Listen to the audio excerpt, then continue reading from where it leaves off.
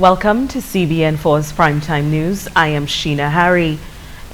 Public Works Minister Ian Pinad says that despite calls for its closure, the Canefield Airport will remain open.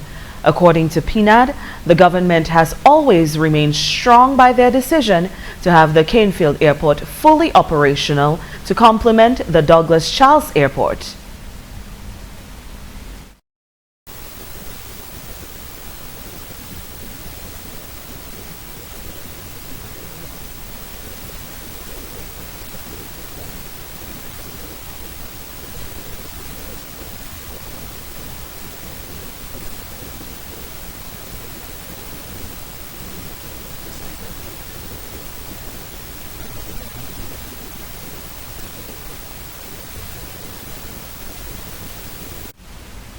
Pinad says the Canefield Airport, its runway and the building are in good condition and will continue to be utilized until an international airport is constructed.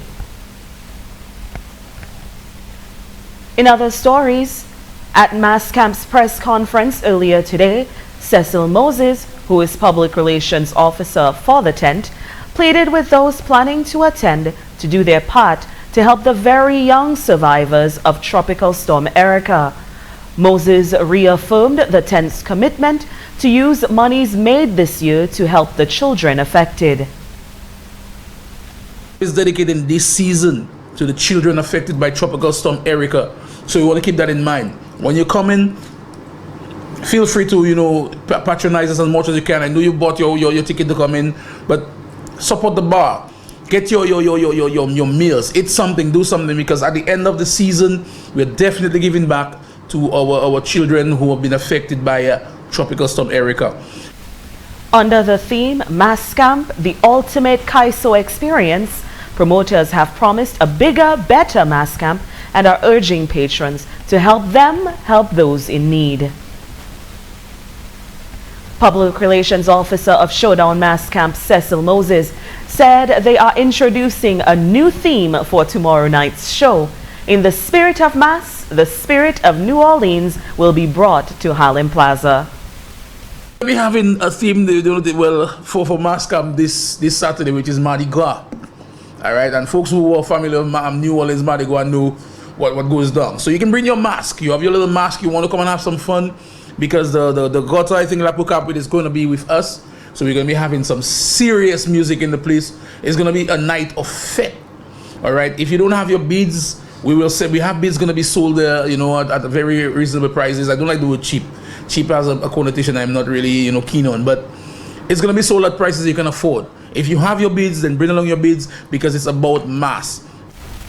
The New Orleans themed showcase will also feature veteran calypsonian King Short Shirt out of Antigua.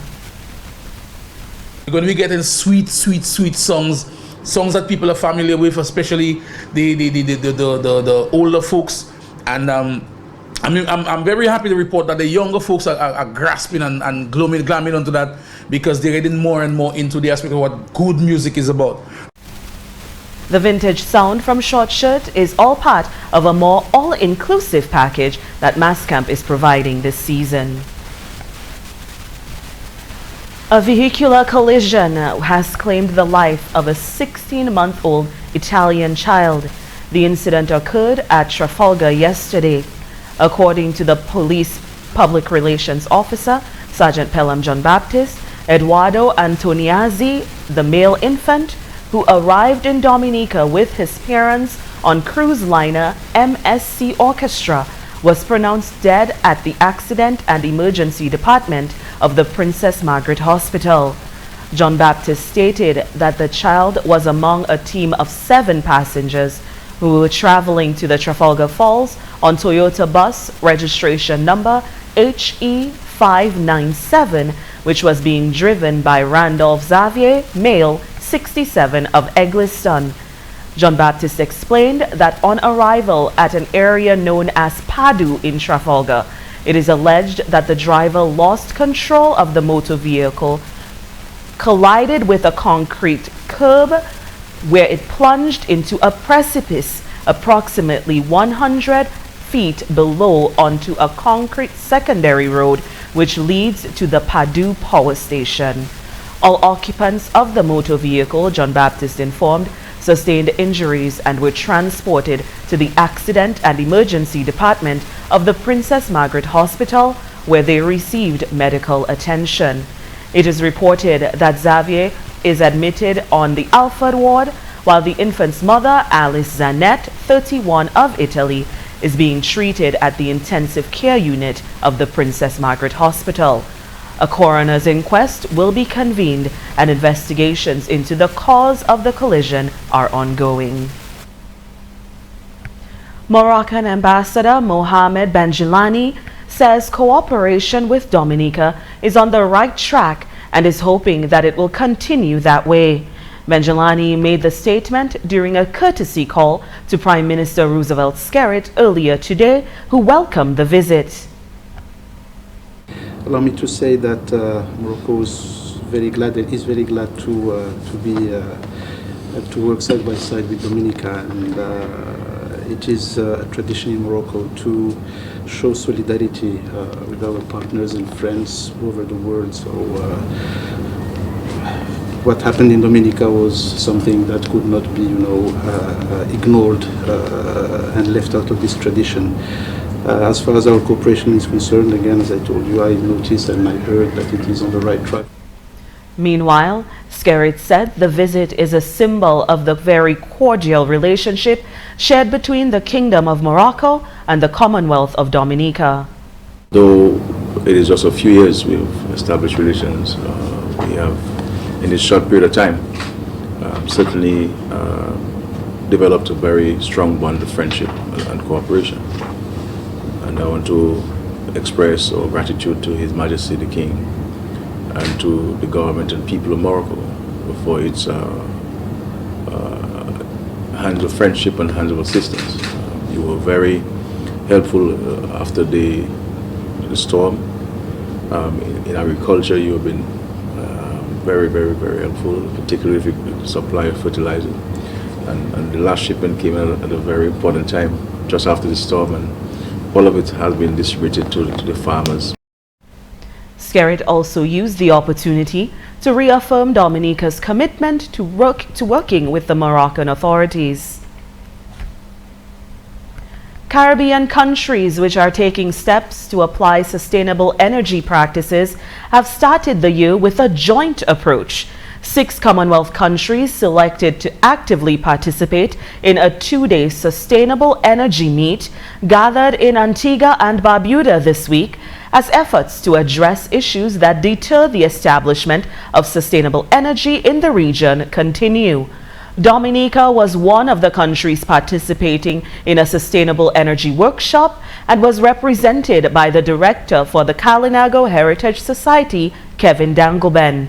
Dangleben stated that given the challenges countries are faced with globally as it pertains to fossil fuels, it is important to have an understanding of energy sustainability within the Caribbean.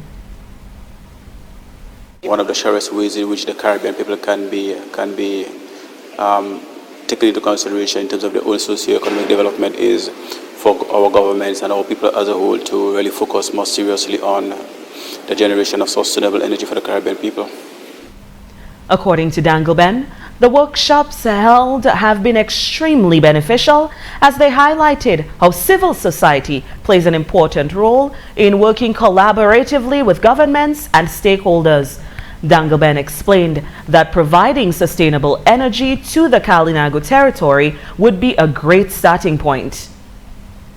Well, interestingly, right now there is a solar project which is going on in the territory, in the Kalinago territory in Dominica, and we believe that it is something that is of extreme importance to the people. Because first of all, the people have always been a marginalized people, and it is only today we are beginning to see some light at the end of the tunnel where some opportunities are beginning to be generated for the people. And given the socio-economic challenges that the people have, we believe that initiatives like this are extremely important in helping the people to become more self-empowered. St. Lucia, Antigua and Barbuda, Guyana, Trinidad and Tobago, Grenada, and St. Vincent and the Grenadines were the 6 selected participatory countries. Representatives from other countries across the region also participated in the training. After pulling off a hat trick at the Junior Monarch competition last night, Lamar Irish Kid Irish is well on his way to a record-breaking career in Calypso. Despite disappointments in previous years, he was able to win 3 consecutive crowns, a testament to his persistence and resilience. Dressed in his traditional madras, the St. John's Academy student defeated 12 competitors with his song All for Each and Each for All this year. This year, Dominicans, this year, let's show our country how we care. This year, Dominicans, this year, calling for a sober atmosphere. And we have a diaspora, together to make our country strong and prove our critics wrong. Long live Dominica, this land that I love so dear. Don't let our country. First runner-up went to Nia Nika Brunette of the Wesley High School, singing Goodbye. Second runner-up was Yabi the Spider Frederick of St. Mary's Primary with A Good Name, and third runner-up was Nikima the Empress Alfred of the St. Martin's Secondary School with her song Alien. The well-attended show was organized by the Dominica Leo Club. And a quick break from the news to mention that Roseau Valley Enhancement Committee presents Unity Juve Band Monday 8th with GX Sounds and the Lucas Band. Registration fee is $50 and that includes t-shirt, breakfast, glow sticks, drinks, and you may call telephone number 276-2421, 276-6821 or 440-1484. With just about a week to go until the show takes place, all of the Carnival Queen contestants have finally received sponsorship. CEO of Discover Dominica Authority, Colin Piper, made the announcement at the Dominica Festival Commission's press conference. Piper said that now that the worry of sponsorship has been eliminated, the ladies can go out and perform their best, keeping in mind that you are all ambassadors and you have to project a positive image of your company and your sponsors and, of course, the country. Judy Toussaint of Saint-Sauveur is sponsored by Harvey Law Group. Manel Christmas of Campbell is sponsored by Bayat. Nawana Shillingford of Lubier by Dominica National Petroleum Company Limited. Brittany Farrow of Grand Bay by Range Development. Abigail Shillingford of Goodwill by the Kalinago Barana Aote, and Tassia Flozak of Castle Comfort by DNPC and Universal Martial Arts Academy. 3 of the sponsors are agents of the Citizenship by Investment program. The pageant is scheduled for Friday, February 5th. Speaking at the opening of the 2016 National Bank of Dominica Sports Division Primary Schools Football Tournament, Acting Sports Coordinator UD John expressed his sincere gratitude to the National Bank for its continued partnership with the sports division. John said that the partnership has been a successful one for 7 years now, despite the many doubters. With executives of the bank also present, John commended the bank for giving the 48 teams the opportunity to continue playing the sport they love. Woodford Hill Primary topped the points standings in the Northeast Zone on goal difference with 6 points. Calibishi had 6, Vacaz and Tebow had 3, Penville and Benz did not get off the mark. The Valley Zone matches will be played next Wednesday. During his visit as part of Gianni Infantino's delegation to Dominica, former Manchester United player Dwight York offered sound advice to the Dominica Football Association. York commented that the structure of the league needs to be re-evaluated. Felt that there was a lot of teams for such a small population, and I feel like when I say look at the structure in the sense that to have the level of performances and the level of competition a lot more at a higher standard rather than just another game. Maybe to look to try and reconstruct the whole system, i.e. instead of having 3 divisions, maybe you just have 1 Premier League as you have a Premier League here, and make that that's your Premier League in terms of the best league that you can have. York emphasized that not only the adult leagues need to be re-examined, but the youth leagues as well, to make it easier for young footballers to learn and grow. So the fundamentals of the youths of having maybe more competition at youth level, maybe under 14 to under 19s, and play those competition more on the weekends. You'll find, in my opinion, that you get a lot more kids wanting to play the game, certainly at weekends, and give them the opportunity to advance into the senior team, because ultimately that would be the goal of any kid. And that was former Manchester United player Dwight York. Newly selected coach of the national women's football team, Stanton Serafin, says he is not afraid of the challenge to replace previous coach Kenneth Esprit, who led the team to a second-place finish in the Windward Islands football tournament last year. Serafin says he is hoping that under his leadership, the team can continue to develop. I must say I'm proud to be selected as coach of the national women's team. I think it's a privilege to once again be called upon to represent your country. I think that we have seen strides in the development of the women's football in Dominica. We saw how well the girls did in the last Windward Islands tournament, and I just hope that in me coming here right now, I can really help the young ladies, to even improve and do even much better. Seeing that we are going to be hosting the tournament, hope that we can raise the cup at the end of the tournament.